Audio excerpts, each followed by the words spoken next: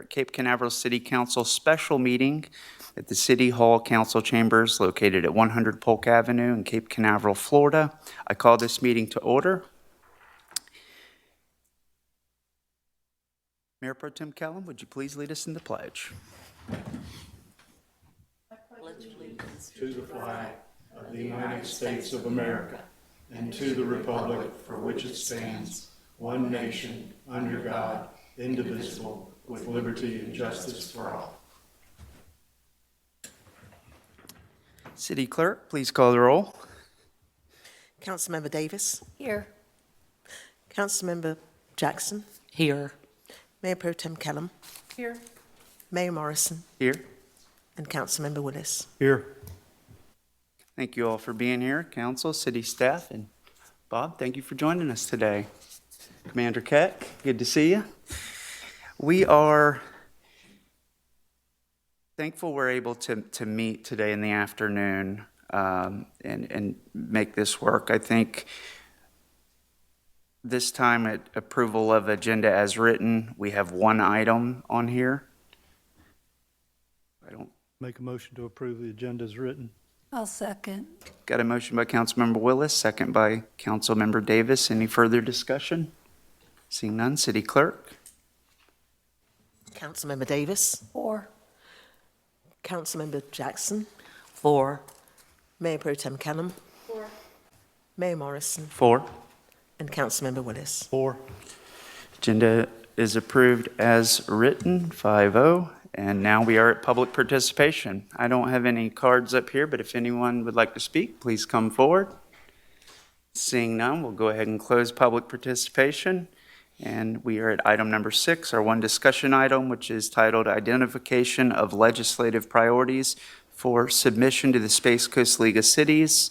It says we'll review and discuss potential legislative priorities and provide direction on which items to forward to the Space Coast League of Cities for inclusion in its 2025 legislative priority list. City Manager, is there anything, an overview or? I would defer to Councilmember Willis, who put this on the agenda last meeting, to maybe give a broad overview, but staff is here to support and to help facilitate the conversation. Thank you, sir. This was a discussion item submitted by Councilmember Willis at the last meeting. The meeting was a very long day. We got late and we identified that, hey, to give this the proper time and discussion, we probably need a standalone meeting. We're here today. Thank you, Councilmember Willis. The floor is yours. Well, I just identified 3 that basically top of the list for the League of Cities, and identified some other potentials, but whatever the will of the council is, that's would just like to have a representative number of priorities. I know that there's going to be a lot of duplication of priorities from cities, but I also know that some cities differ in their beliefs than what we might. So it would be good to have consensus on at least 3. It's my recommendation, but whatever the council wishes. Thank you, sir. So looking in at the packet, there were the 3 identified. Senate Bill 180 was number 1, the Live Local Act number 2, and property tax reform considerations. And then there was a list of below it 6 items that I believe could be considered as well. So just to review, these 3, 1, 2, and 3 at the top of the agenda packet, those are issues that the League of Cities is currently. That's correct. Prioritize, okay. You should have also gotten 2 sheets with the packet from the previous year's, 2 years' priorities, just to give you some idea of what they've, and Okay. what they have done in the past. So this first sheet, Space Coast League of Cities, was 2025 legislative priorities. This was the last. Last session. Okay. Home rule was number 1. Insurance was number 2. Short-term rentals, 3. PFAS legislation, number 4, and 5 is the Indian River Lagoon. Other items, and 6 in the back is vocational training initiatives, and other items of concern was financial disclosure. And then the other attachment 2 is the year prior, 2024. It's laid out a little differently, but on the back, it looks like there's 6 priorities. Home rule, responsible AI is number 1. Home rule 2, insurance crisis 3, PFAS legislation 4, Indian River Lagoon funding, short-term rentals. So it looks like they stayed the same except for the AI did not carry over to 2025. And beach lifeguards, right? And other items of concern, beach lifeguards. Vocational training was added. And I see insurance is on both, and I think that was where we left off in the last meeting, was talking about, going back to your agenda item, it's number 6 in the packet, insurance reform, ease the burden of homeowners, condominium owners, and businesses on spiraling insurance rates. Council, do we have all that in front of us? Just going through it to make sure we're on the same page. Okay, so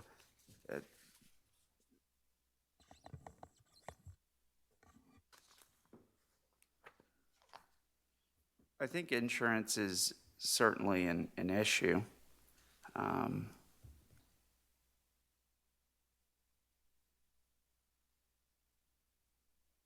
Yes, Mayor Pro Tem Kellum. I think home rule's important, but I'm wondering if the short-term rentals and home rule, because it's short-term rentals is returning the authority to regulate short-term rentals, if that could be, if we get the home rule, would that encompass short-term rentals?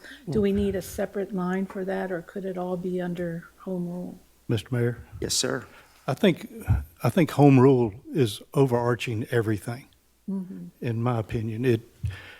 All of these potential issues, if we were given more home rule, Right. control of our own cities, our own municipalities, a lot of these issues could be taken care of. I mean, Senate Bill 180, the reform for that, they're basically, it's a one-size-fits-all mentality, Right. where they're limiting what we can and can't do in the wake of a storm. And you have flooding, say we had just severe flooding that reveals how we could prevent it. Well, we're going to be restricted from preventing that immediately. Wow. So that residents could rebuild just as, exactly what they had before in exactly the same spot with no resiliency efforts. And you're just waiting for the same thing to happen again.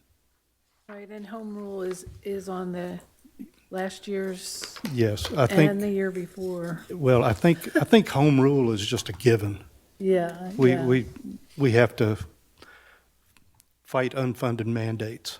Yes. And that, to me, is one of the biggest issues.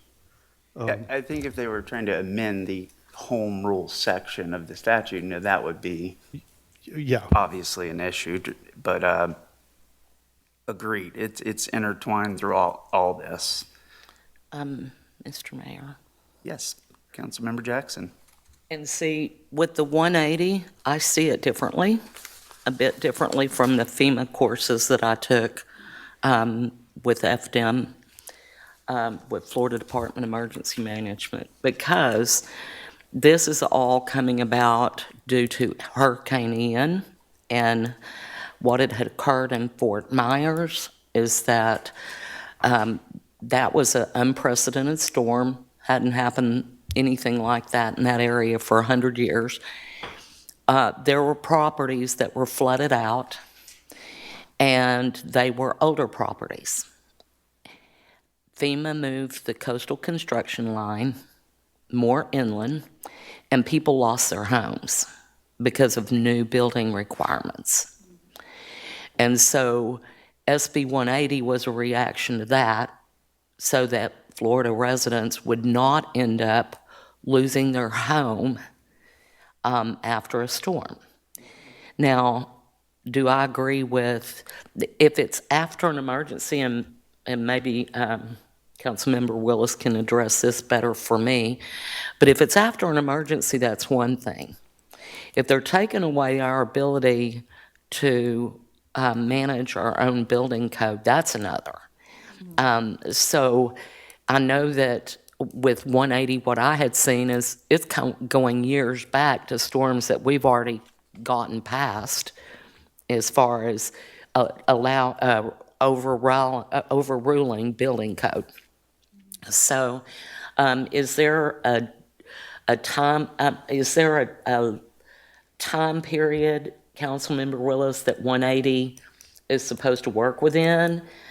Because I'm not opposed to 180 allowing people to rebuild what they had, because if people lose their homes, that's not right for the state or anyone else to come in and say, you can't rebuild because you're not rebuilding to this new hardened level. Well, And especially in a town like ours where our structures are older. well, the restrictions apply retroactively back to August 1st, 2024. Okay. But I think to me, one of the biggest problems or issues is you can't force them to go to a certain code. And if they can build where they were, when they were, we're going to have the same thing happen again. Well, we don't know that. Well- because this was a 100-year storm. And what it has done for a lot of people in the areas on the Gulf Coast is it has made their properties end up landing in the hand of developers that can afford to rebuild to a certain, level of hardened resiliency. And I don't think people should lose their homes that way. I'm sorry, I'm kind of old-fashioned with that. But I don't think it should just go on forever. The storm hit now, in 10 years, we're still not allowing our building code. So my question, and maybe that we don't have an answer to that yet, but my question would be, how long does the overriding the building code occur after a storm happens? Because I don't think we should give up our right to have our building code be what we need, but I also don't believe people shouldn't be able to rebuild when there's a storm. And if their insurance didn't cover all of these new building guidelines for hardened structures, and then also that FEMA coastal construction line moving literally took people's properties. It literally kept them from being able to build and kept them from being able to retain their properties, and that's not right. I understand that, but one of the opinions that I read was that it eliminates cumulative substantial improvement ordinances, which prevents communities from strengthening their flood protection measures and potentially increasing flood risk, and which would raise insurance costs. So as far as the length of time on those moratoria or restrictions, I don't know that that's been clearly defined unless Attorney Garganese knows on that. Are you talking about Senate Bill 180 sunsetting? Yeah. Or how long we'd have to not observe the building, or how long we would have to not observe the building code after a storm? Is that defined?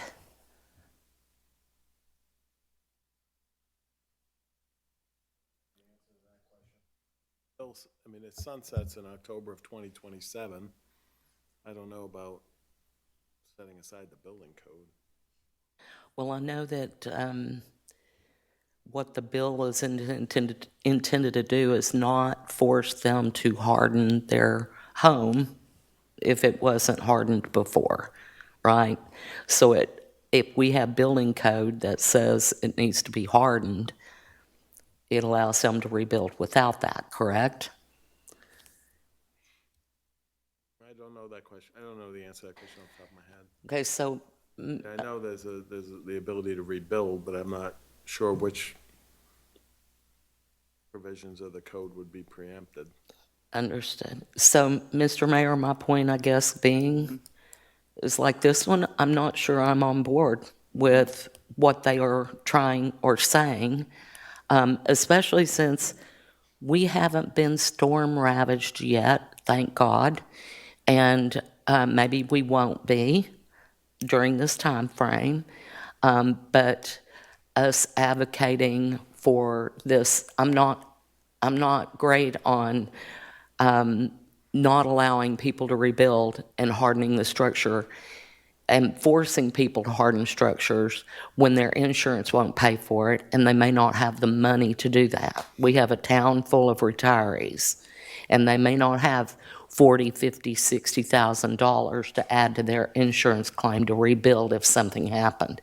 So in my case, I'm not on board with the league's opinion of this because they want this, the building code to be to where if it requires hardening, they require it. But I know for a fact in Fort Myers that people didn't have the money to harden their homes, and that's why this bill came about. And people lost their homes over that. And I will never, ever be an advocate for people losing their homes. To stop a potential storm that we don't know is going to happen or not.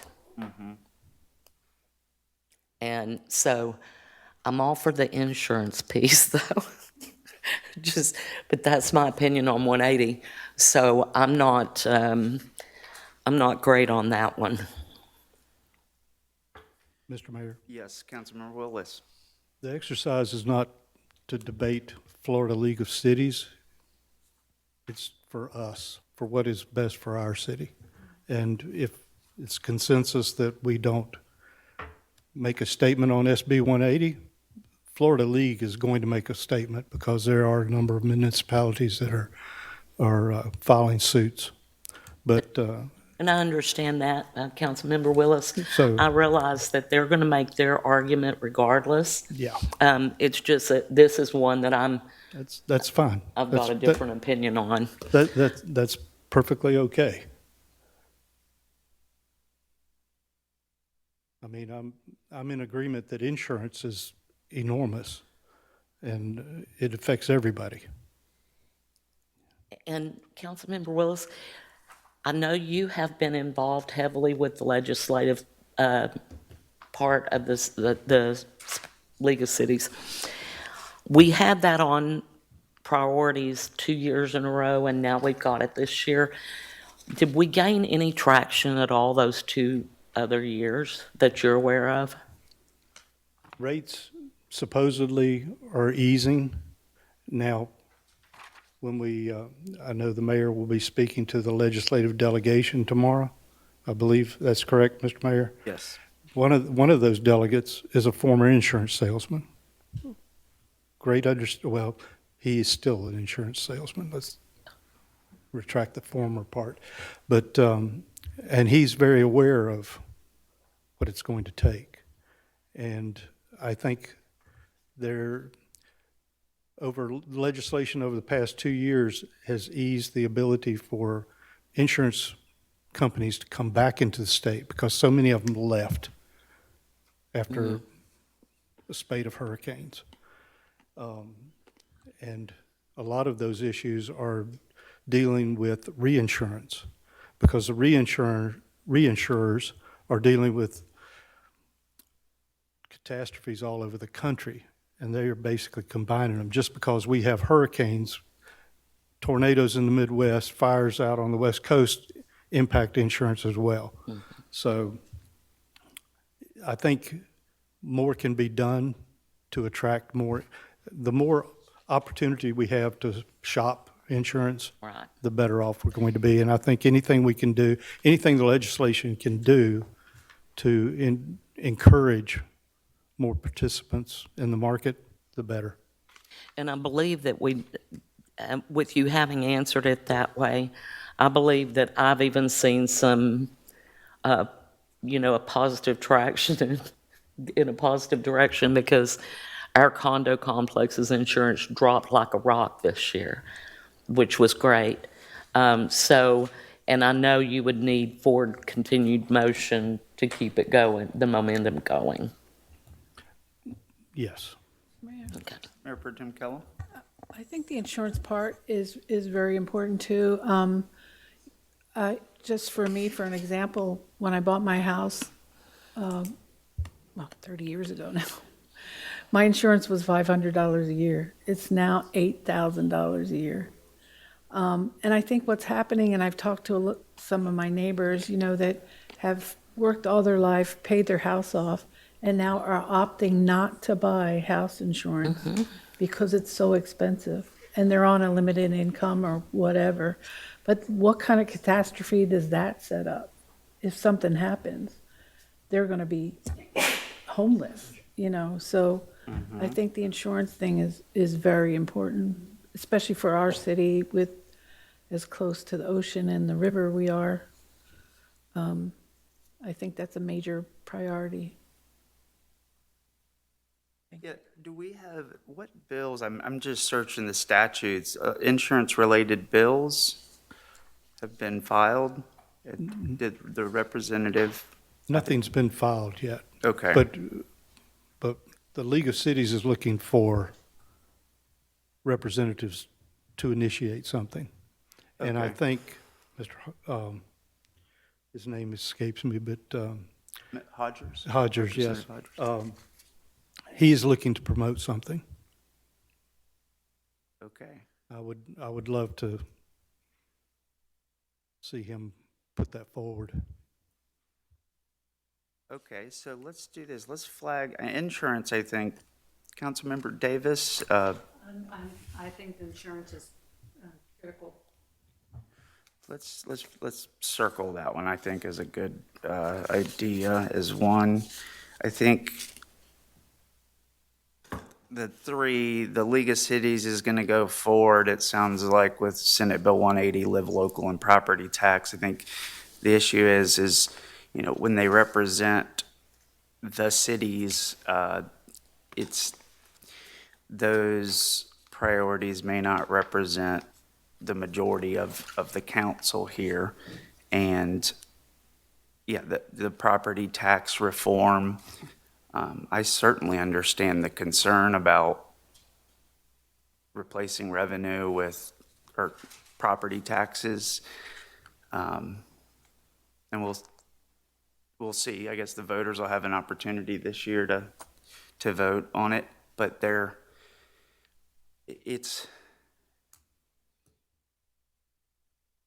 arguments they're making are all around police and fire, and I agree with that, but the taxes have, you take an $8,000 insurance bill, and if your homestead, it's really goes up so insignificantly in Cape Canaveral but that's probably close to what you pair that up with $5,000 or $6,000 in non-homestead taxes. That's $1,000 a month that you have for your house. And I think this postcard came from the League of Cities, understanding municipal property taxes. Florida has a proven formula and it works. Property taxes fund the essential services that make our city safe and reliable. To help you educate your community, we've created an educational toolkit that explains how property taxes work and why they matter. Now, I haven't been there. I saw they put together a packet for the city of Cape Canaveral. And in the last meeting, it's talking all about the millage rate and the lowering the millage rate, and they don't talk about the increase in property values, and I didn't find rollback rate really mentioned anywhere. And to me, it's just a little misleading and a bit aggressive to come after what I think could be a good thing. Be very hasty and foolish to move forward without seeing how those revenues could be replaced. But yeah, if they're going to go forward with these three no matter what, I think the second one, the Live Local Act, I think, well, let's talk about that one and kind of going in order. Do we want them to say that this is something that the city of Cape Canaveral I wanted to comment on supports? Yes, property please. tax. I just wanted to comment on property tax because I know that from what I can tell, the league believes that that's not something that we should do, of course, is they feel like this will compromise municipal fiscal stability as we've seen here. Rep. Chamberlain has put together a plan called Freedom 123. They've already looking at ways to go about finding revenue that would replace that property tax for homesteaded properties. So to me, that one, I'm think for the city of Cape Canaveral, and just like you were saying, Mr. Mayor, we have a situation where our property values went up. We cut taxes last year, and we actually made $65,000 more. So I think I'm with you on that one, that I think that's one we leave alone and let them go their direction on that. It doesn't really apply to us because of the property values. Mm-hmm. Yeah, I think it's, if we supported it, would the league go out and say, hey, one of the few cities, but Cape Canaveral is one of the few that, well, can't speak, if we did a majority vote here, and then, like I said last time, whether it's a resolution or whatever the document is that we encourage them to move forward with the tax reform. I think that's way far away from what they're saying. So it's two sides. One is, just be silent on Cape Canaveral, and I think it can create confusion in the legislature. And so what I'd like is that we go speak in support of these and be that city that figures out a way to make it work. Mr. Mayor, Yes, sir. I'm all for reform. I think we need it. My main concern is allowing us the flexibility or the tools to do what we need to do to supply services for our citizens. Give us the ability to go after tourism taxes, hotels, whatever. Because I just don't want it to come down again like an unfunded mandate. And we're scrambling. What are we going to do? I know I heard Representative Soroy say he was in favor of eliminating property taxes for homesteaded properties. And I understand his reasoning for that, because a lot, and we all know the majority of homes here in Cape Canaveral are not homesteaded. So if you totally eliminate, and I'm not arguing for not doing it, but if you totally eliminate property taxes, you have people who don't live here owning these properties that are renting them. Are they going to reduce their rents? Probably not. So we're going to have consumption taxes in some form to make up the difference, or make up some of it, whatever it is we need. And that's going to negatively impact the people who can least afford it, in my opinion. So I think whatever reform they come up with, they need to be sure that municipalities are given the tools and the ability to fund the services needed and not handcuff us. That's my position. And Something like that be put in the resolution that we back this, but with these conditions, like Don was saying? I think so. And I want to go through those 3 points of Rep. Chamberlain's plan, because I believe that they are already working on, that's why this is being pushed from the state level. They're already working on the ways that those taxes would be, the funding we would end up with instead. Okay, so rollback there's 3 points to it. Number 1 is rollback. According to Chamberlain, through data from the Florida Department of Revenue, property taxes imposed on Floridians during the 24-25 totaled $55.05 billion. That includes $21.5 billion in county non-school property tax levies, $21.45 billion in county school property tax, $8.52 billion in municipal property tax and special district property tax. Specifically, Chamberlain emphasized that his goal was removing the state's $43 billion in county non-school and school property tax levies on residents. He said there are alternative ways to fund special districts, including fees on water management district, as well as other taxes for community development, fire control park districts, port, and inlet districts throughout the state. Chamberlain did, however, rule out replacing municipal property tax levies for the time being. Overall, the representative hoped his plan would revert the state legislatively back to the 2022-2023 year. Okay, now number 2, transaction fees. Chamberlain's second part of his property tax extension includes a 5% transaction fee for all real estate sales. In doing so, Chamberlain noted the fee would produce $12 billion needed for non-school taxes and collected at closing. This fee will lower the monthly payments for most homeowners by hundreds of dollars per month. In addition, he said the plan includes a 5% public safety transaction, which he says will cover travel and tourism items like ride shares, hotel rooms, hospitality venues, and amusement parks. And the plan would create $3.8 billion in property tax relief. He also floated a 5% charge on the sale of alcohol, tobacco, and medical marijuana to recover any shortfalls.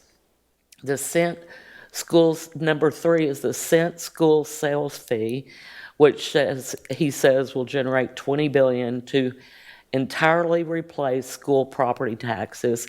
He included a 2% statewide funding fee in which schools could raise another cent to cover any deficiencies in funding. So my point, and some of these may not go, my point is we already have people in Tallahassee looking at how to replace these and how we are going to fund our municipal governments without those property taxes. Specifically, some of them say only homesteaded. Some say homesteaded and investment property taxes. But regardless, they are already looking at the ways to move that forward. And there's going to be discussion of that. So as we look at doing this and possibly being the city that says, hey, we support getting rid of our homestead taxes for our residents, then we need to look at the fact that they are looking at things. We don't have to come in and necessarily give them we can give them some ideas. It's always good to do that. But they are already looking in that direction. So to me, supporting that in our city is something that we should do because we do have a small number of homesteaded units. And so supporting at least that much of it would make it easier for our retiree residents that live here because we've gotten the demographics recently saying 65% of our people that live here are retired. Yeah, I think that's very interesting, the different ways to fund it. As far as, we've talked about interlocal agreements with the port, a fee, essentially, which would by itself at $1, 6 million passengers would replace the tax revenue. That's not the same for all the cities in the Port District, but I think the hotel bed tax has been discussed in histories here. I think city attorney, that would require Brevard County to agree to share the tourist development tax with us, an agreement with the county? Correct, that's currently imposed by the county, and there's a Okay. county ordinance that addresses the expenditures of tourist development tax. So if we were to lobby the county, I mean, it's legal for them to agree to share, I get a revenue share or I something? believe for so, allocation? yeah, as long as the expenditure qualifies. And there's a list in the ordinance of Mhm. eligible expenditures of that kind of money that they collect. Do you have any, I'm trying to think of an example of a city that's got a bed tax in Brevard? Do we know of any? None? because of Cities that? do not. Okay. They're not authorized. There may be, I think there's an anomaly out there from an old special act, but the cities don't have that taxing authority. But a majority vote of the county commission is what it would require? I know that Yeah, they today have we're a talking about procedure. Tallahassee, but there's nothing in the state that would stop the county, Brevard County, and the city entering into some sort of an agreement. I don't believe so, no. Because that's what, if you're lobbying, like you were saying, Councilmember Willis, if we're going to take away the property tax, will give us the ability to, in this example, I don't think we need the state to do anything. It would be a matter of the port agreeing to share a majority of them, and the county.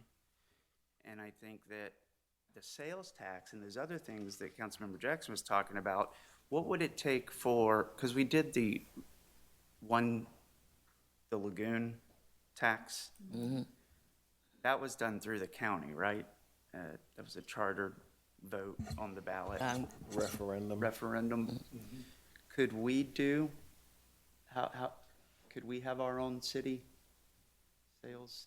What would that require for the city of Cape Canaveral to get, like a surcharge or, I don't know? Yeah, under Florida law, in order for the city to impose, or any local government to impose a tax, it has to be explicitly authorized in the Florida statutes to impose that tax. Absent that statutory authority, the cities have no taxing authority. So in other words, the cities can only tax what the Florida legislature states a city can tax.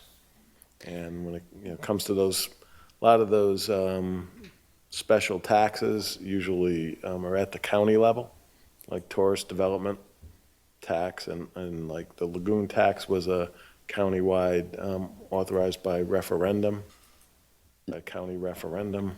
Every voter in Brevard voted on that. Everybody, right? Yeah. So so counties have, I guess, different, that would be a legislative, They have the same restriction, the counties do. They cannot impose a tax unless the statutes authorize the counties to impose a tax. Now, counties, I can just tell you, just generally, not specifically, but counties are authorized to impose certain countywide taxes that municipalities cannot impose. okay. And there's quite a few of those in the statute. Seen any bills that would allow cities to have I- the same power as counties? I have a question on that. Or just to levy our own, within the citizens of Cape Canaveral vote referendum, and whether it's a bottled water or, And I have a question on that because the city attorney and I it's been a year or so ago, we discussed taxing the hotel stays. And there was one tax that dealt with protection of our shore waters that we could do. So city attorney, do you remember that one? You looked it up for me. And you said if we could do, that was the only one we could do. Yeah, it's been a while. Yeah. I have to refresh my memory on all Yeah, that. but- because we discussed adding that to the hotel stays and then using the revenue from that to go into our stormwater and shore protection projects. And it was one that, and you had looked it up because I was wanting to add $1 on to each stay's bill, for example, in the hotels. So, and it has been about a year and a half since we discussed it, but there was that one, and I'm not sure if it was the name of it, but it was directly involved our shoreline protection and storm and water protection. You know, as far as that, you would have to find it I again. have to right? find it. I'm sorry. I'm desperately searching my brain right now, and I'm like, oh, can't Yeah, remember the specifics. But that one, to me, would be worth us looking into to see if we could do that, because if we're charging that fee to the guests that are staying in the hotels, and then we're putting that in our stormwater and our shore protection projects that we need them, you know, to be taken care of for our waters, then that would free up stormwater and that kind of budget out of our regular budget to where then we can use that money for things, you know. Would you mind looking that up again at some point, city attorney? I will, yes, I will look for the email to see if I potentially kept that. I probably did. I've got thousands of them, so. I'll see what I can do. I'm sure I'll find it. I'm not sure I'll find it during this meeting, but I'll try to find it. That's fine. Thank you. I just knew that one thing. We had talked about it, so. Yes, Mayor Pro Tem Kellum. I have a question about, I know, you know, the property tax reform and where we would get revenue. But the Port Authority, are they governed by the state? I mean, we couldn't just go to them and say, hey, you guys need to give us some money. It'd have to go state or the federal government. They are governed by the legislature, right, the port, but they have their own. Yeah, they're subject to their own special act of the legislature. And that's basically the special act is their charter. And they only have the authority that's set forth in that special act. So for us to get a part of their, how would that go about? And that's something we'd have to look at and actually have to discuss with the port, and the port would have to, you know, see whether or not it's in their legislative authority to do whatever, anything that they do has to be within their legislative authority. And are we in their special taxing district as a city? Yeah, we're That's one what of I thought, 5, yeah. Titusville. So we're literally getting taxed for the port. They haven't collected tax in a number of years. Okay. I think they have the ability to impose, but they have not, Okay. if I remember correctly. Making too much money off of passengers. Well, it's total different circumstance. They own most of the land and they make revenue. They've discovered parking revenue. Well, and the public access has gone down to 0.02%, so why should we really be taxed on it when we're not? We have very little space at the port that we can utilize anyway. It's dropped, the public access has dropped down to a really small amount. Mr. Yeah. Mayor, Yes. one thing to consider on Mr. Chamberlain's proposed, which brings forth a lot of good ideas, but anytime the state is going to collect the fees and decide where they're going to go, that's going to remove discretionary funding from the local municipality. We're going to be requesting funds from the state. We're not going to have that control over those monies. I would much rather see more discretionary influenced by a city or municipality than to totally rely on the state. Because legislatures change, governors change.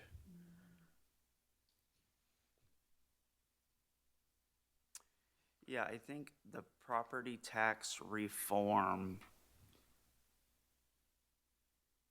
is a great opportunity for Cape Canaveral. If my position on it is, are we restricted to go leverage some of these revenues that we have discretion and control over? We've talked, bed tax, port, with the other local governing bodies, but then just within our city, what can we do today? And if there was anything to reform, okay, if it's taken away, then we want to go in, I think, with the best plan or that will work for us. And our budget, I think, the port, I hope that, I think the state could take action. Representative Soroy filed a bill, 2018, 2019, I think, and the port really pushed back, and he did it. He wanted a percentage of the port revenues goes to Tallahassee, and then I think he actually wanted the funds to be used specifically for Indian River Lagoon restoration. And I think that, when we look at our issues and challenges, we got some wastewater challenges and capacity issues. We got all these hotels. The port benefits from the hotels. They have not built a hotel, but those critical infrastructure, my hope would be that we would have full discretion if this is allowed in their charter, and ideally a majority of the port, but they would remit payment however it's handled, and we can spend it however we want to spend it. But if it ends up, not getting traction, I think it would still be worth saying, well, it's specifically earmarked for these critical infrastructure that the hotels need the capacity, and most importantly, our residents, because those are the issues that I think the port is interested in, and the port has their own wastewater challenges, I think, and so it would be a message of Cape Canaveral as we support reform and anything that would allow the city to impose, whether it's consumption tax. I think that would be really good if we could have the League of Cities lobbying for what every city can now impose its own sales tax. Yeah. I think, well, all of this would be, whatever the legislature comes up with is going to be a referendum, possibly in the fall, possibly. And it would be, not that we necessarily would be, as a city council, advocating one way or the other on that legislation, but residents would be presented with the knowledge of, all right, this is what it's going to do to us, or this is our advantage from this referendum, or if the referendum doesn't go far enough, we can say, all right, the word would be out that this doesn't quite do it. It handcuffs us, or it, to your point, it makes things available to us and eases the burden on our residents. I mean, we can say exactly what you're saying, give us the tools, but our tools would be different than Tampa or Orlando. I mean, that's where we have to be careful that it's not a one-size-fits-all, because if they're only looking at Miami and Orlando and Jacksonville, Yeah. we're going to get hurt. Mhm. I think our position should be to aid towns of our size. Yeah, I think Panama, years ago, I got a hotel in Panama City Beach, a family event. Someone, I think, passed away, was up there, and can't remember. But I remember seeing the low, hotel. It was very cheap, $70, or I can't remember what it was at night. But the out the door price, the bottom line, there was city fees in there, and I guess their county must have taken action. So, yeah, that works for us. Most cities are trying to get one hotel, and we've entered double digits now. And I think they're driving a lot of the tourism out to Cocoa Beach, Cape Canaveral. You have to come through it, and it is. I think we could easily make that work. And I think if those entities, whether it was the county commission or the port commission, did not have the ability to vote and to enter, then we would definitely need the state, I think, to intervene, because those are major economic drivers here. And I think just the ethics of the property tax, I mean, sales tax is consumption tax, I think I certainly like better, but Representative Byron Donalds was speaking at an event, and he, I think, said the sales tax would essentially have to double. And for us, we have a unique opportunity to capitalize on the traffic and the tourism and the destination. And yes, that'll be, I think the best thing we can do is follow it. And it'd be really interesting to hear what other cities are saying tomorrow for it. But those three, I think we should spend a little time on the Live Local Act as well, just to make sure. Do we have any issues with that one? It's my understanding that they're wanting to go back and strengthen Live Local, Okay. taking more control away from municipalities on what they will and will not allow. Personally, I think being able to opt out of it is a good thing. Mm-hmm. I want to be able to see to it that we can remain there if we desire to be there. Mm-hmm. Okay. And the other one, we talked about insurance, just going down the shoreline and coastal resilience. It'll be interesting if we do have the opportunity for those. But I think that's a really important one for the city of Cape Canaveral. And we're fortunate because of the Canaveral bypass class action lawsuit from the dredging of the port, that our beaches get restored, perpetual. I think there's no end date or sunset to that, I don't believe. 50 years. Oh, there is? Okay. And when was the start year? There's like another 26 or 27 years left for the federal commitment. And I thought our current president signed that in with no end date in his first term. So that's changed, I believe. He signed, when the contract came up during his first term in 2016 for renewal, he signed it with no end date.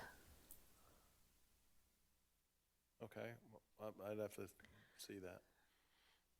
Not aware of that provision being in there. I know there has to be federal appropriations. And is there state as well? Or the county? The county participates with the port to implement that project. But they don't have any financial obligation? I It's think just federal? the county has contributed Okay, funds, I think, in the past.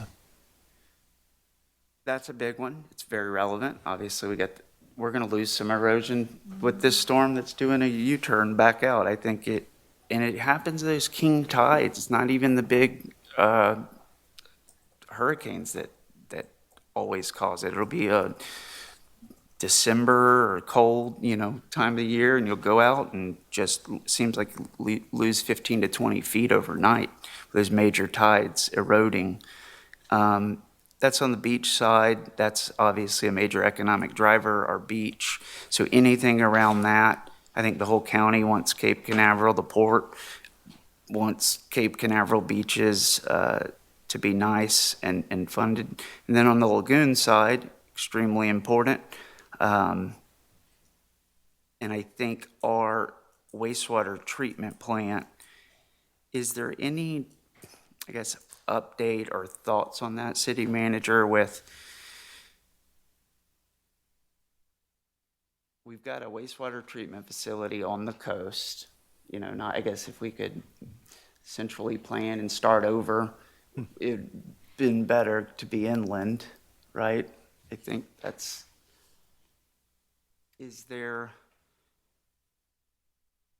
know we've talked about it a little bit, but Tallahassee, we're lobbying, and I guess this gets into the appropriation, very expensive. Is that possible or even probable for Cape Canaveral to move it inland? I mean, we're 98% developed, a few lots. So as the mayor and I think all council members know, we are having conversations about the future of our sewer service, where it's currently located, and what would it look like to partner with entities in and around the city. So those conversations are still in their infancy, for lack of a better word. I think there's some promise there for what we can look forward to, but we're just going to have to get some folks to the table to talk about what the future service would look like. I think the council will have a much better picture once we get through with the current study that's being done, and we can present the findings to the council in the form of a workshop looking like December, January timeframe. Okay. That's great. What, city attorney, what is the cost? I think you'd roughly for a new, kind of a loaded question, but to build a new one, because you got to keep it operating, obviously. If we were able to find a property and build, what is that? It's a significant amount of money. Yeah, I mean, I only can tell you from just my experience, and there are different methods of treatment, so, I mean, don't put this in the bank, but one community that I represent is looking to build 2 new sewer treatment plants. The capacity ball yard about like 2 million to 2.5 million gallons per day. And, I mean, they're looking at approximately 60 million plus per plant. So 120 million for both? Approximately. Yeah. I mean, this, So we would no, have, that's not, those are just estimates. and how did, it's helpful. I'd just say it's 100 million. Is it like a bond? Or is there federal funding or state funding? Obviously appropriations. Variety of funding sources that you look at. As you know, SRF is a big player in providing increments of funding for those types of projects, both on the design and in the construction phase. So that's like one area of potential funding, as well as, some additional, state and federal grant options. And of course, you got the bonding to the extent necessary to cover costs as well. Because it's enterprise related. You'd have to pledge revenues from the enterprise fund to repay the debt. Okay. I this council, if we are speaking to anyone, and just from an economic standpoint, the port, Cocoa Beach currently, I think, handles their wastewater. We'll have more information as it goes by, but I think that the state would be very interested in,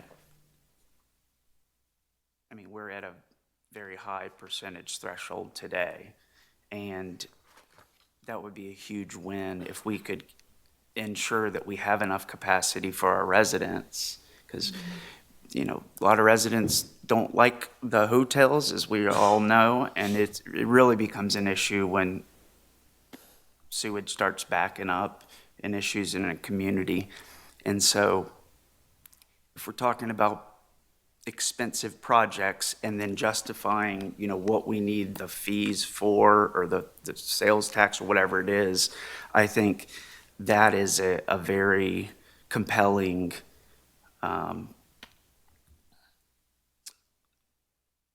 project.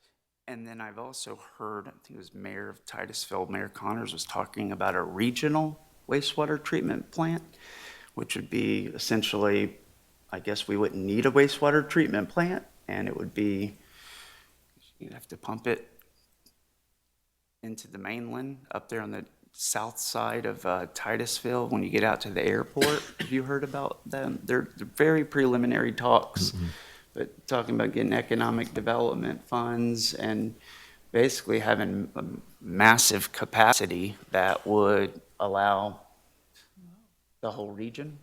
Well, City of Orlando is one example that's local. The Iron Bridge project that they have, they take wastewater from multiple community sources, somewhere in the neighborhood of,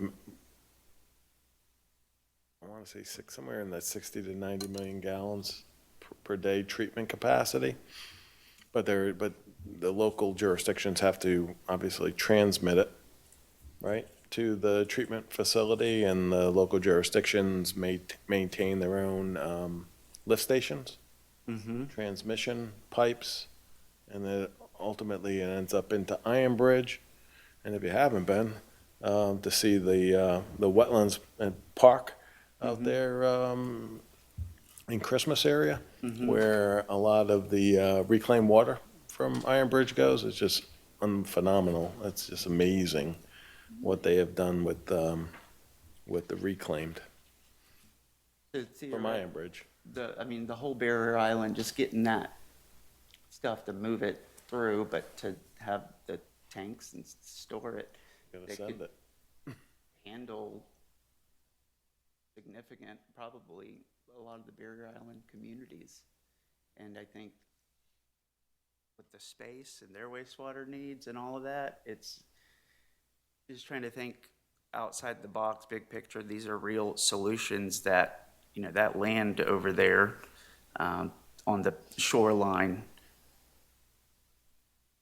that's a major issue. And it would be great if we could figure out a way to just eliminate it. And that's an issue for us. That's a major priority, I think, is the increase in hotels and the usage of a hotel is so significant. And I think the state of Florida, hearing that Cape Canaveral's wastewater challenges are, to me, a major priority. So that was not shoreline and coastal resiliency. I know it went off on maybe a rabbit trail there, but these are very expensive projects that I think are critical to our shoreline, and it just checks a lot of boxes. So transportation and mobility was the next one. A1A, right? That's something They just need to fund FDOT. yeah. Okay. I do know FDOT is going to be lobbying very heartily for more funding in the next year. next few years. Tourism and economic development, I think, says protecting local revenue streams and generated by tourism and cruise-related activity. Yeah, I think this one, we want to be a tourist state. There's economic development, Visit Florida, all the funds, and Cape Canaveral is feeling it. And I think that the use and the quality of life, the state wants tourism, the county wants tourism, and we need to be able to, I think, benefit from those revenue sources somehow. But I don't think those necessarily would be greater than insurance at this time. I mean, shoreline and coastal resiliency, but public safety and emergency management. So these are basically funding. And then home rule protection. So what we need to do is establish what our priorities are. These are all really important, and I thought that we should list them, and it would be great if we could rank them. And that was a question, the League of Cities in the past, when they numbered their items, were those actually ranked in the attachments you provided? Priority 1 home rule was truly number 1? Yes. Okay. That was ranked by the Space Coast League. Okay.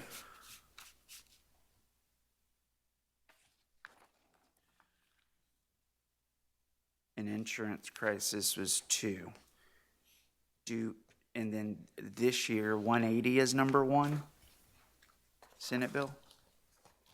It's looking like, or is this, No, that's merely my listing of them in no particular order. Those were 3 that I do know the Florida League of Cities is focusing on intently. and so they will, through the committees and the meetings, these priorities will be established? Yes. So Now, what all the municipalities will do is submit their list of priorities, a resolution, however we want to do it. And that will go to, once the Space Coast League of Cities has it all, hopefully October 1st or shortly thereafter, it will go to the Advocacy Committee to compile them and rank them by interest. And then it'll go to the Space Coast League of Cities Governing Board to vote for submission to the Florida League of Cities.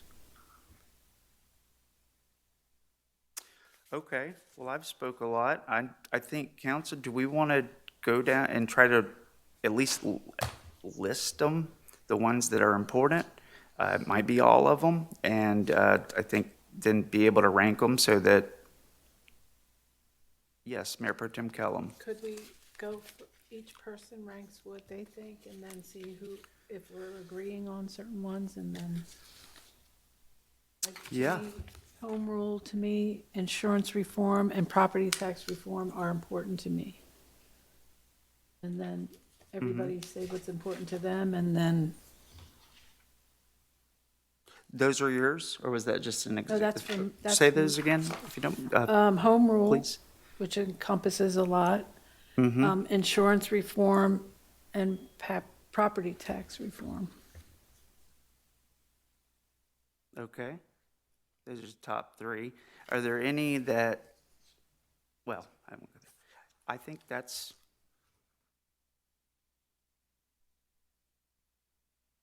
so for Cape Canaveral, we want our home rule, we want the state to work on insurance reform. And we've talked about how our property tax reform might be different than a one-size-fits-all for the, I think, all cities. And I think what Don said about, each municipality needs their own ways to figure out the property tax reform, and they need the tools to be able to do it. So I think that should be part of what we state in a. It would be nice to have that position submitted. But once it gets to Florida League of Cities, I can't speak for how they're going to address it. Right. But if we've made our point. Well, yes, Yeah. yes, I would love to be able to say that Cape Canaveral wants property tax reform, but you need to give us all the tools that we possibly can that are specific to our area, Exactly. not horse country in Mount Dora or, that's totally different issues. And And that kind of falls under home rule as well, too. yes, You know, yes. Yeah. Well, home rule, like I said earlier, home rule Is overarches everything to Yeah. me, but, I mean, we'll go and argue our case for home rule to let us do whatever it is we need to do.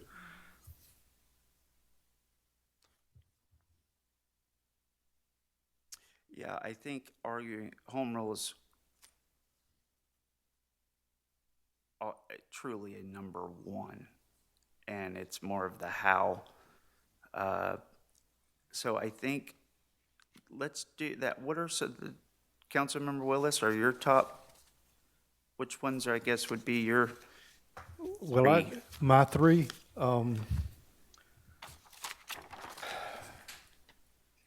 they're almost not in a particular order because I think all three are critical. And would like to see all three of them, but property tax reform would be one, insurance reform, definitely. And again, my idea of home rule is over all of it, but I think a coastal community resiliency, because we deal with issues, I mean, it's shoreline and coastal resiliency, but if we turned that a little bit to a coastal community resiliency, because we have to deal with flooding issues that a lot of other areas don't have to deal with. I mean, regardless of how you feel about environmental impact, we have so much asphalt. We're flooding. I like that idea, yeah. Okay, so, So it would be insurance reform, property tax reform, and coastal community resiliency efforts, which all sit under home rule. I mean, I agree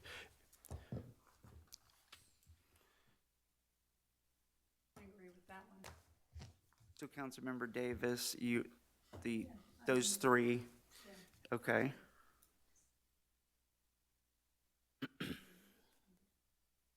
Councilmember Jackson? Well, home rule, definitely, and as Councilmember Willis said, everything kind of falls under that. Insurance reform, we definitely need to continue momentum on that because, as I said, I did see, our condo complex did see improvement on that this year.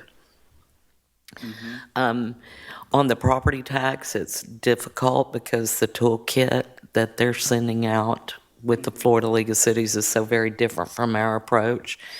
And I know that taking a look at how we approach it is one thing, but when it gets to committee with the League of Cities, they're going to go with what the majority of the people need, I think. But to me, property tax reform is important. And then the shoreline and flooding is also something that is difficult. The problem becomes the fact that when, and I'm learning, I'm, not as heavily involved at Florida cities as Councilmember Willis and Davis. However, when you're sitting in a room with 900 people that are all council and local mayors in our state, they have to take one approach to everything. So if we define what's important to us, we still may not see action towards that because they are literally trying to deal with every city in the state. So those are the ones that I would look at, knowing that the tourism development is not in the hands of the state as far as us being able to get any kind of the bed tax money. I think our county does an excellent job on the public safety and emergency management already. We have those local, interlocal agreements set up with Brevard County. We have a brand-new emergency operations center in Rockledge. So that one, to me, is not high on my list just because we have those things in place. So those, I can agree on those 4 that we discussed: home rule, insurance reform, supporting property tax elimination on homestead properties, I'll say it that way, and protecting our shoreline and flooding, because we do have problems with that, and we do have too much pavement and concrete. That's great, thank you. City manager and city attorney, I guess from your perspective, what do you think about those, and what are the priorities from your view? So I certainly support those, especially home rule, because we need to be able to manage our own community like every city needs to manage theirs. I would encourage council to look deeply into the Live Local Act a little more, because there are some provisions in there that kind of erode home rule. And so the two kind of go together. When you're talking about home rule, look at it as applies to the Live Local Act. There are some restrictions imposed on cities. And when it comes to the short-term rental, I would like to see cities have a little more power in how we can regulate them. If we knew that they were here, then we wouldn't be spending as much time as we are trying to identify their existence. And so one thought that we're probing is for the state to require a new license holder to notify the government it intends to do business in, so the government is aware and can collect its business tax receipt and other fees that their ordinances allow. Otherwise, there is a database on the division of DBPR website under hotels and restaurants, and we've looked at it, and it shows that we have between 250 and 290, I think, vacation rentals in our city, and we know we have more than that. So if we're to rely on a database that the state is providing, it's not accurate, and we're still going to be out there chasing rentals.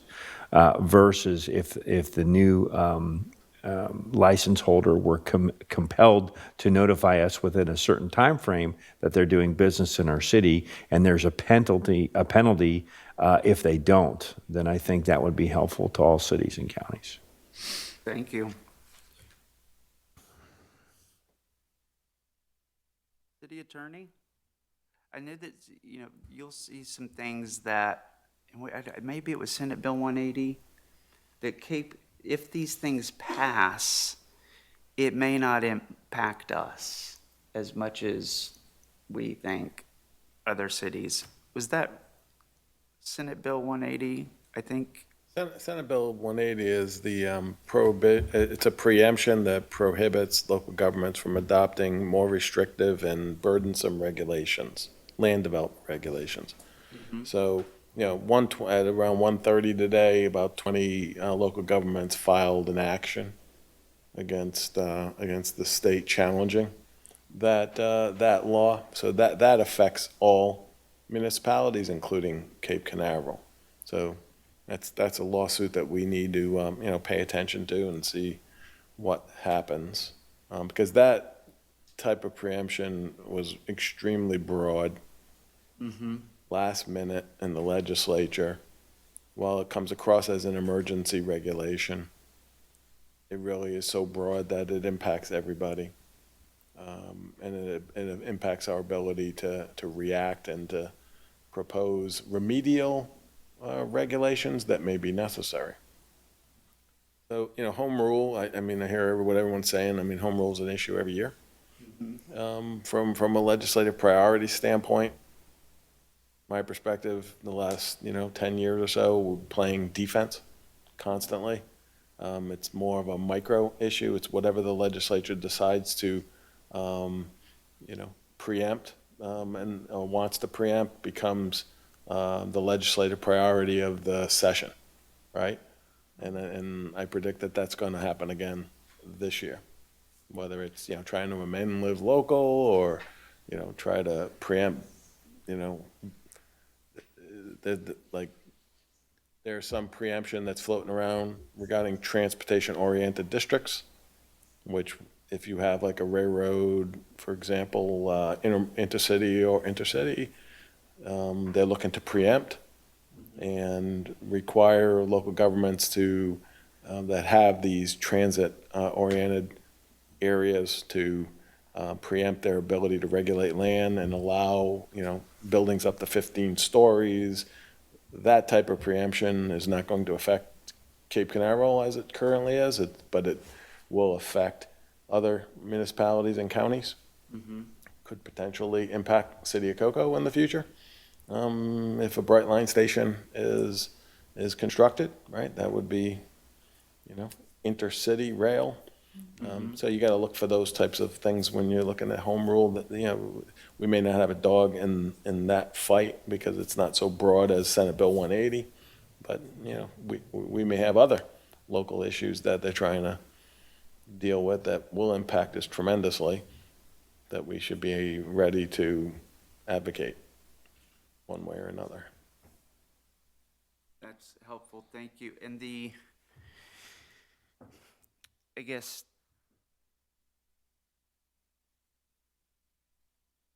yeah, the property, a home rule it's a part of every sentence. I mean, it's because of home rule that I think we're advocating for these issues. Thank you, that's helpful. City Clerk's office, is there anything that, from a state view, that public records or anything that you see or have heard about that the City of Cape Canaveral would advocate for? Not at this moment in time. I agree with what has been proposed before, Thank you. because that's been a concern at the city clerk level.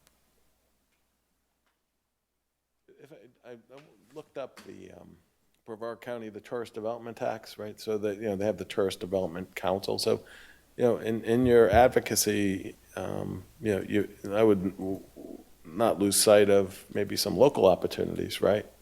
To advocate, because they can use those funds for shoreline type projects, lagoon. Maybe there are projects or ways to expend that money that they collect on a countywide basis here in Cape Canaveral. So you might, while you're thinking about state legislative priorities, maybe don't lose sight of maybe there's some funding opportunities right here in the backyard with like the tourist development group. And City Attorney, I had a question on the Live Local, because we opted out of that, and we've got minimal lots that are available to be able to develop left in the city. What are they pushing with the Live Local Act that might impact us? Don't know. I haven't seen anything yet Okay. about any 2026 session. But they have in the last couple of sessions, right? Right. On Live Local. So I'm not quite in tune on 2026 on Live Local Okay. yet. Do you know, Councilmember Willis? They're revisiting all of it again to try to push more of it back onto the agenda. What? The whole Live Local Act, they're trying to push it back again, particularly the ability to opt out. Mr. Mayor? Yes. To the city manager's point about the DBPR, I met with, and Councilmember Jackson would probably back me up on this. I met with several of local condo association and homeowner association presidents this weekend, and they brought up the point about the DBPR being way behind on their ability to register their properties, in particular with a lot of the SERS reactions. And they were saying that that you can't enter the information properly for your condo association, particularly if, like for instance, where I live, they were in 3 phases, and legally they combined it all to one condo association. Well, DBPR still has it as 3 from 10 years ago. And they're that far behind. To the city manager's point, I think what has happened is a lot of these things were pushed down upon a system that wasn't ready for it yet. And at some point, I think the state's got to fix that entire system, because I believe it is woefully behind the times. And see, I see that differently, although I agree with you about that having happened. But the condo associations themselves are listed as one entity with the DBPR. If they have 108 units or 150 units renting, each individual unit should be listed separately with the DBPR. However, there is something called a collective license, and I can have up to 75 units listed under me as a collective licensee, and it is only upon me, as the honest person I am, to actually list those units with the state. I can have them rented. I'm like a hotel, but they're scattered out within the city. So if I'm not an honest person that licenses every one of those with Deckard, we're not going to know about it. And if you go look on the sites or talk to the state, they may not know about it because it's simply a form I fill out saying I manage these units.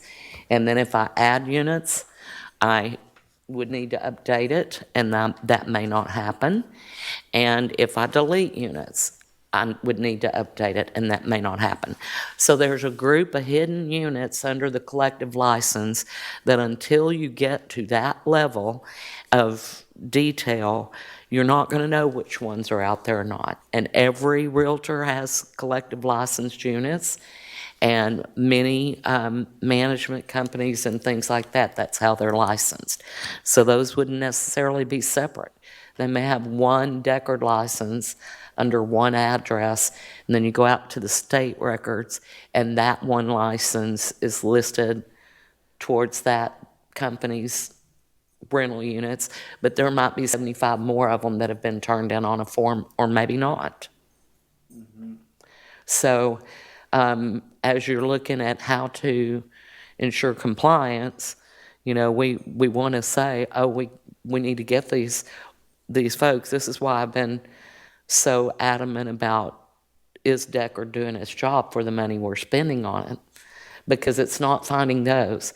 And now we've got Airbnb and VRBO that rolled their host fees into the nightly rate. And so it took units that were maybe $125 a night, and now they're $250 a night, and you look at the pictures and you're going, that's definitely not worth $250 a night. So now all the owners who are struggling out there to rent their units, literally, they're dropping their fees into the dirt. So you can go out and find them all day long that are $65 a night now, and you don't get quality guests for $65 a night. Okay, you're running essentially a Motel 6 type of business. So there are multiple things that are impacting the ability for us to do this well, in my opinion. The state level is definitely one of those. It's a different animal to try to track down. And now hosts are moving away from Airbnb and Vrbo like you wouldn't believe, and they're looking for any way they can get a guest in their unit without going through those 2 listing sites, because they're killing them on their rental and their income. And so, you know, we're really in a situation where these businesses, and we've got, how many, city manager, we talked about 1,600 or so. I know at one point there was 2,000 being returned when you were on Verbo and all that. They've made changes to make that look not as bad, because that means they're not getting these units rented, because it's empty.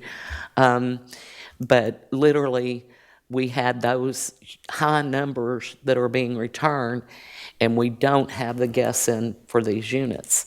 And you'll see there's a lot more. I've said all along that our real estate market is making a change and correcting itself. And if you drive around our city, there's a lot of listings where we've got signs in the yards now, because those people that bought in during the pandemic thinking they were going to make enough money all year long to pay for that thing are finding out differently. I've had I have a small number of units, and I've had 3 or 4 of them that have sold in the last 6 months. So, or in the last year.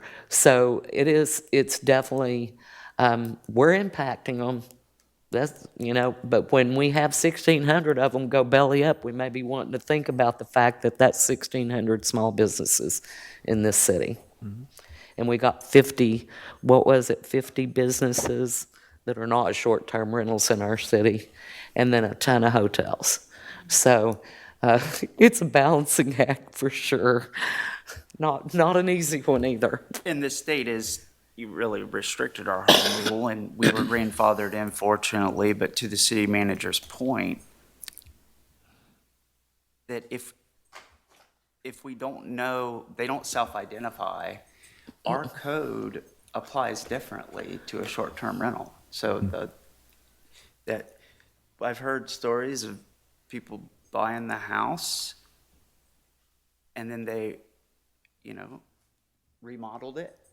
And then our fire chief, they come in, they go, your windows aren't wide enough. Mm-hmm. And, I mean, y'all know where I live. The one on the end, it's a great story. Tyler, and then our block goes Tyler to Harrison on Ridgewood. It's a great case study because you have homestead property owners on the north side, and then it's a mirrored unit townhomes, it's old Sierra patio homes. And then the one on the end is a short-term rental, and they had to build a staircase to a 3rd story. Mm-hmm. And then naturally, what do? They said, well, why doesn't the one on the other side have to have a staircase? And I get that, but to not know what their intent is and how they're using it, I think as we're talking through this, there's a lot of implications from a public safety standpoint as well. So I think the state, we might want to circle back and get specific on an ask, I think, related to short-term rentals. Commander Keck, not to put you on the spot, I think is there anything from a first responder, a deputy, obviously, provide services here in Cape Canaveral at the state, they're always coming down with stuff. Is there anything you've heard that we need to watch out for, any priorities that we could advocate for? We were talking, I think the last time was the e-bikes was a hot button issue. Yeah, I did see where there are some I have, as far as mandates, anything particular that would, as far as would be like a money type of thing. I haven't heard, not familiar anything at the time being. I don't know. We also have a former chief of police, sitting up there as well. That might, I don't know if he heard anything before he left. Absolutely. Anything from a public safety? I mean, this is a public safety and emergency management, but just don't want to have any blind spots on that. Right. I'm not sure what the, the Florida Police Chief or the Florida Sheriff Association, what their priorities are right now. They're still in committees themselves, and they'll finalize them as we get closer to the first of the year. Thank you. Okay. Well, I saw how you did that, Commander Keck. He just passed that right over. Did you notice that? That's great, thank you. Well, the e-bikes, that is a speed issue. We've tackled and wrestled with that one up here several times, and we have agreed, but I think, 4 to 6 complaints a year, I think, on that. It seems like every other month, and we've all done it and walked around, but they're flying really fast and quiet. They're electric, there's no motor. Yeah, on the beach, low tide, on narrow sidewalks or pedways, going fast. And I think where we left that off is if we'd have to promulgate or put up our own signage, and then we can enforce it, right? I think that's where we left that off is, Right. So the city of Cocoa Beach is currently working on an ordinance, or just did come up with one, and it does have to do with speed. I just heard about it last week, actually, and I was going to reach out to their chief to see what it is that they've done, and maybe it's something that we can adopt, and I would run it by Commander Keck as well. there's nothing at the state, though, that would hinder us. I think that was the issue. The state would not allow us to go back to the meeting. Right. In other words, the state kind of has taken domain over that. I would equate it to, we are allowed to promulgate our own ordinances pertaining to golf carts, but we can't regulate, say, four-wheelers or side-by-sides. Well, counties can if they opt in, and then cities can if the county opts into it. And then there was a legislative initiative a couple years ago about regulating the use of side-by-sides on public roadways, similar to that of golf carts, but that met with some opposition from actually one of the larger manufacturers of side-by-sides. Did not want to see it regulated at a county level, even though there's very significant public safety issues with that. So that might be what you're thinking about, is the state not allowing counties or cities to regulate that. But like I said, I'll check in with Cocoa Beach and see what they've done or they're trying to do, and we can maybe bring you something back. That's excellent, thank you. That's great. So the big ones, just to recap: home rule, insurance reform, and property tax reform. It was Mayor Pro Tem Kellum, Councilmember Willis, and both Councilmember Davis, property tax reform, and these were not in the order, but property tax reform, insurance as well, and I think you added in the coastal community resiliency, which is slight difference. And then Councilmember Jackson, I think you listed. I listed basically those Same. things. The other one is, I definitely am interested in making sure we keep our opt-out of Live Local, because we don't have that many properties left that can be developed. And going in with those properties are concerning to me because they don't go by building codes. And I've watched all over the county as these Live Local projects have gone up, and they're being built with plywood. They're not using hurricane code. That's a dangerous situation for our island, to have something built in that manner without going by a harder building code. So that one's I'd probably take, knowing that the property tax, I'm going to be on the opposite side of probably what the Florida League of Cities would be. I'd probably change my Live Local to that, because we don't need them telling us, that they don't have to go by building code. Especially for properties that are supposed to be affordable. I think it's pretty horrible to put people into a property saying this is affordable, and meanwhile it's built with plywood in a hurricane area. Not very nice. Not the way I would do it, so. Okay, so your, just to recap, your top three were this, Home rule, insurance reform, and the Live Local opt-out. okay, But I agree with the shoreline protection and flooding, because we've been working diligently on that. Hopefully, if we get some of these projects completed, I'm anxiously awaiting for the pilot project to complete so we can see if that helps. But shoreline and, protection and flooding is important. That one, though, I do think we should lobby at the county level to get what we can get out of the hotel taxes and things like that so that we're able to do some things with that. So let's put home rule, insurance reform, live local opt-out. And that's what I would do. I care about those property taxes, but I know that I'm probably on the opposite side. Well, I think that the property tax, again, a home rule issue to say, make sure that we have the autonomy, the latitude to be able to, what is only allowed by the legislature is very limited. And so you're going to take away the one thing that is allowed. Right. And to me, it would be better to go ahead and open up other revenue sources and phase out, over time. And now that you have other opportunities, it's encouraged to go seek those. And those local opportunities, absolutely. I think we could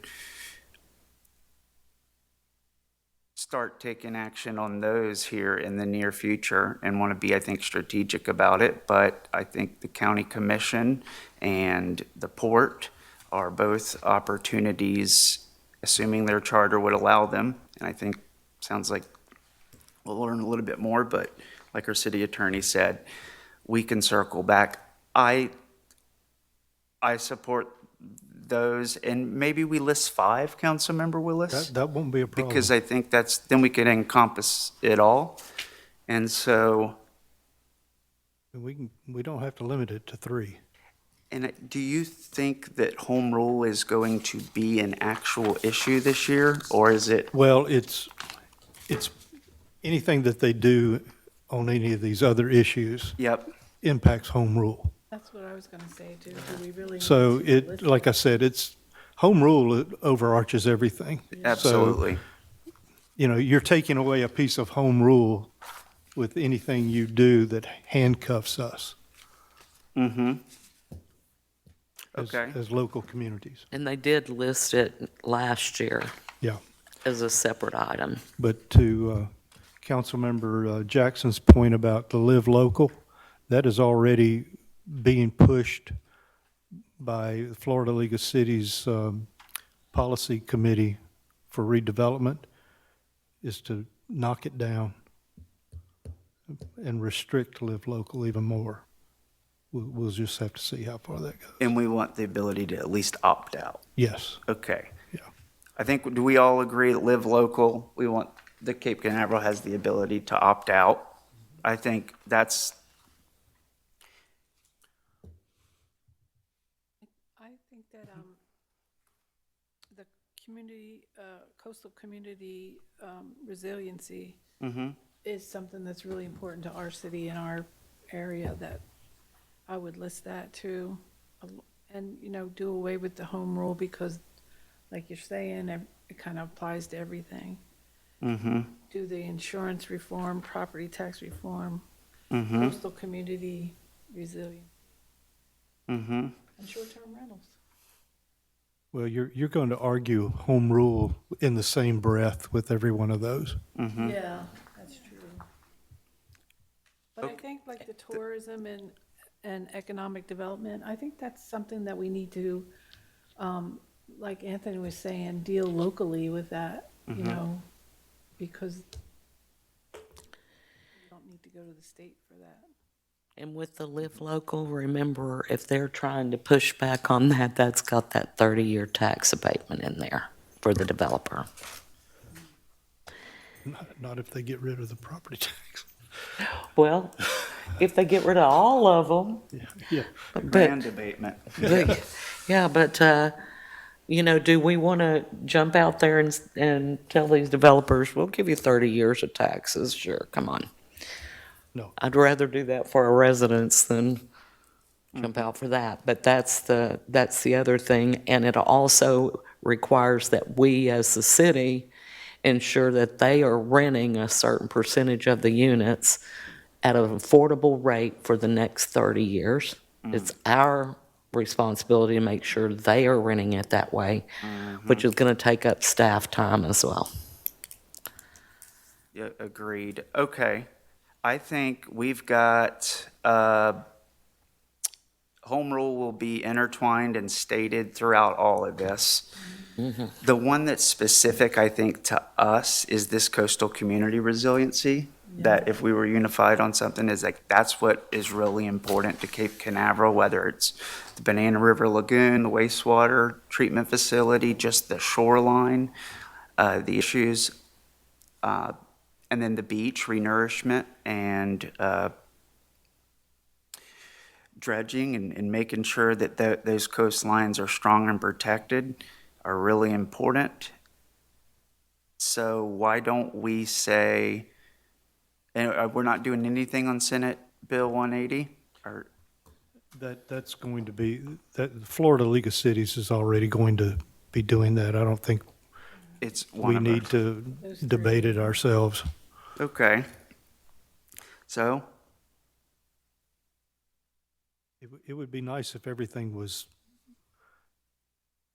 colored towards a Cape Canaveral perspective. yeah, All of these things really need to be addressed with the local communities' involvement and how they respond to them. But a state mandate isn't going to do that, but we have to ask. We have to make our wishes known. okay. This is good. So we got the insurance reform, property tax reform. I got the coastal community resiliency. I mean, I think shoreline is really important there. We've got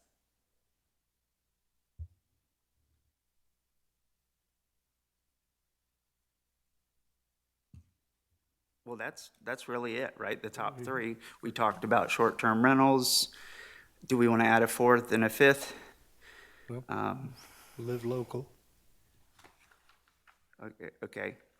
So yeah, live local. We want the ability to at least opt out.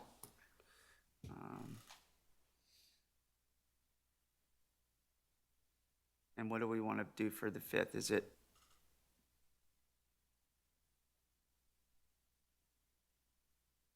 short-term rentals? What doesn't that come under home rule as well? Well, they all do, but I would say short-term rental. I think our city manager has put together a task force. We're getting into the numbers. We're validating whether Deckard's working out for us, and he's noticed an issue that has really made it difficult when the state has a role. And obviously that's why we want home rule, is because they're not very good at keeping up with DBPR and the backlog and the issues and the responsiveness.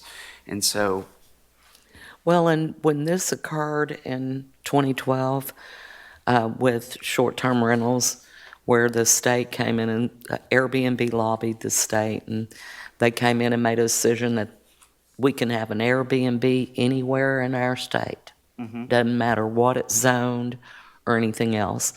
To me, that was a short-sighted opinion. And what we should have done, if we were smart back then as a state of people, not just the government, we would have pushed to say, no, we don't want a short-term rental in a residential one community.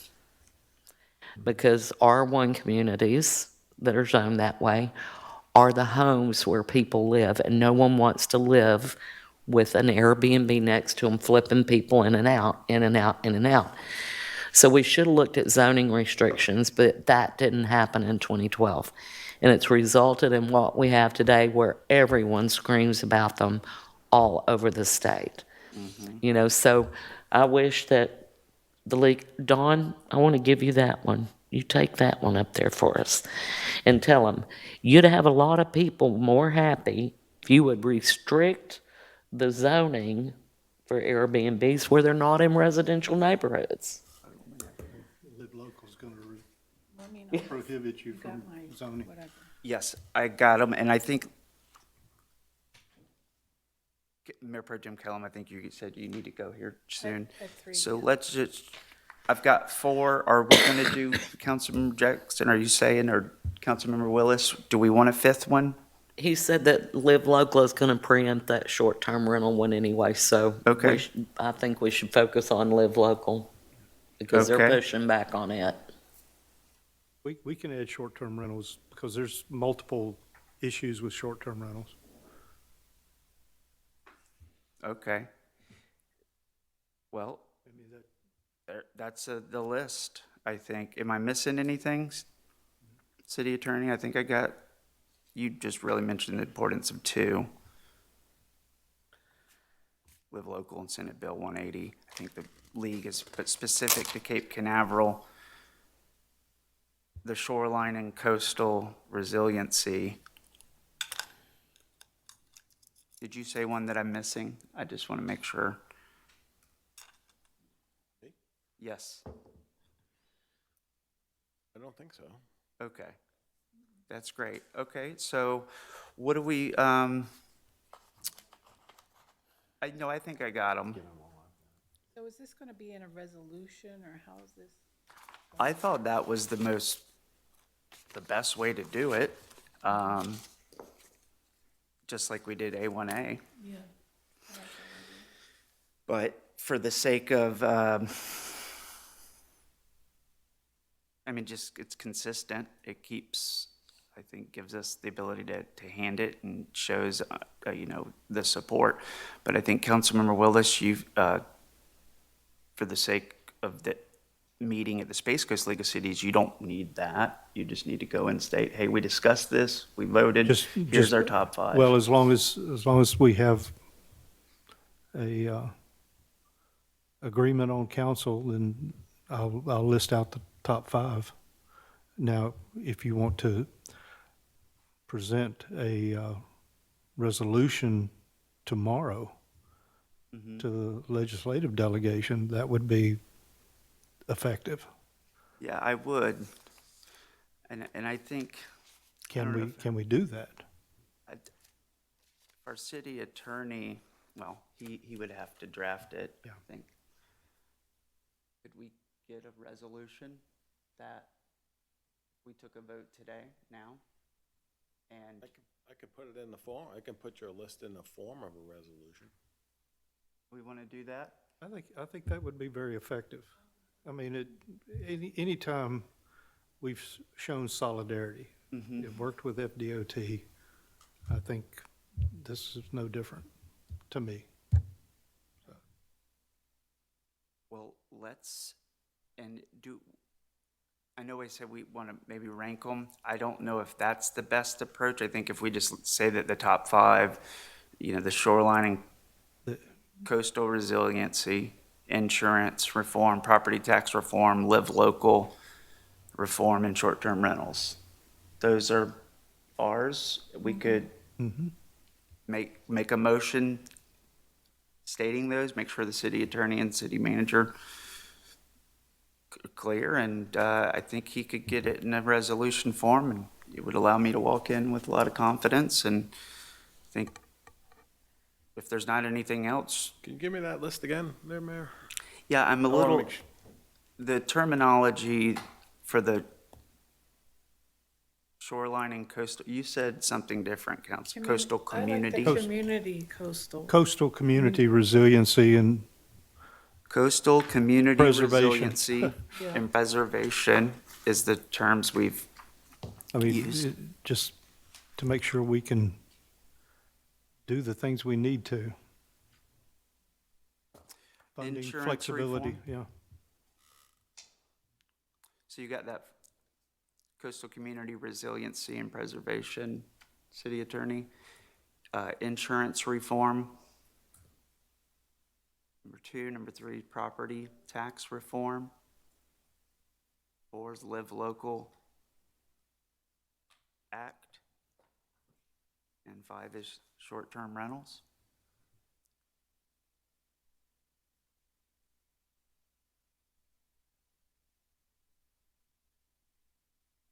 You get them?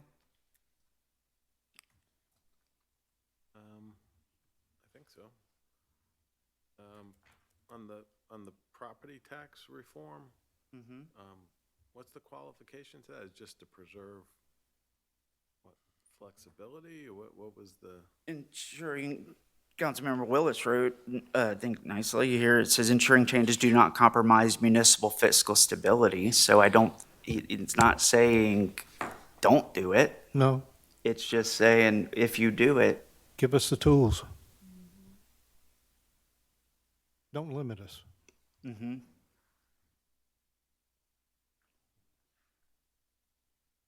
And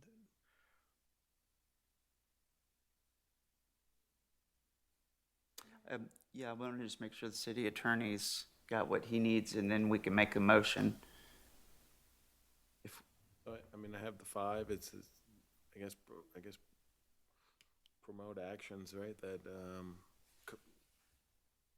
regarding coastal community resiliency and preservation, Mm-hmm.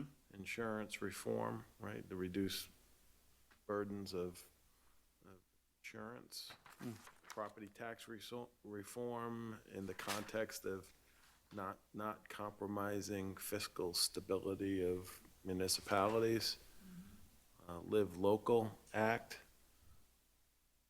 And what's the qualification on Live Local? We still have the ability to opt out. The middle, Maintain our ability. Yeah, of the 30-year tax abatement piece for the up to 125% of the median income. the middle group, and then short-term rentals, Mm-hmm. and that's what, local control of want to short-term rentals. restore local control. Mm.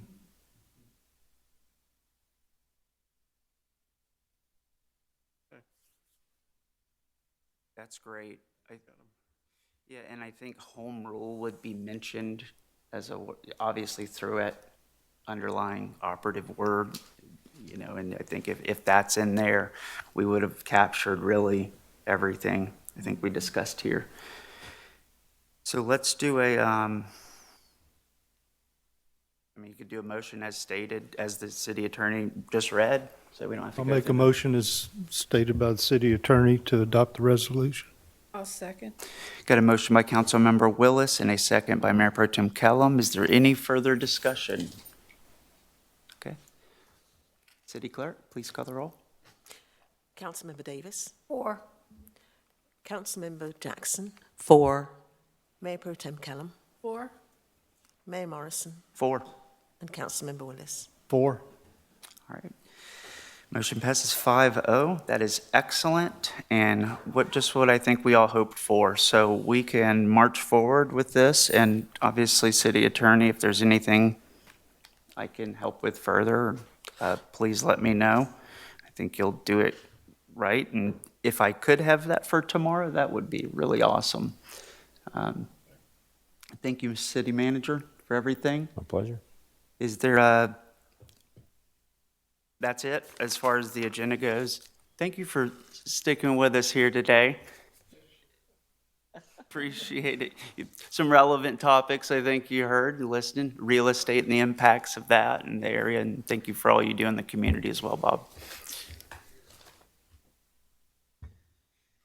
There's not anything else, I think, yeah,